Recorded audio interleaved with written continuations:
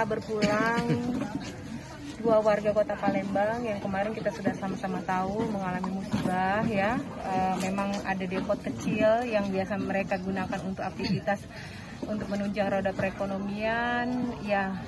Apapun itu namanya musibah ya, memang sudah jadi ketentuan Allah, kita juga sangat menyayangkan. Hari ini yang pertama kemarin dua anak ini yang terbakar kemarin sudah memang dinyatakan meninggal pada hari kejadian.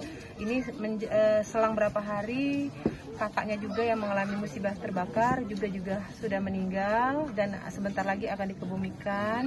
Tentu kami pemerintah Kota Palembang turut prihatin atas kejadian ini dan tentu kami tidak berharap kejadian ini menimpa siapapun. Memang agak cukup riskan kalau kita memang punya usaha depot kecil-kecilan yang menjual minyak, karena minyak ini kan tentu harus penanggulangannya atau penanganannya kan harus ekstra hati-hati karena mudah sekali terbakar.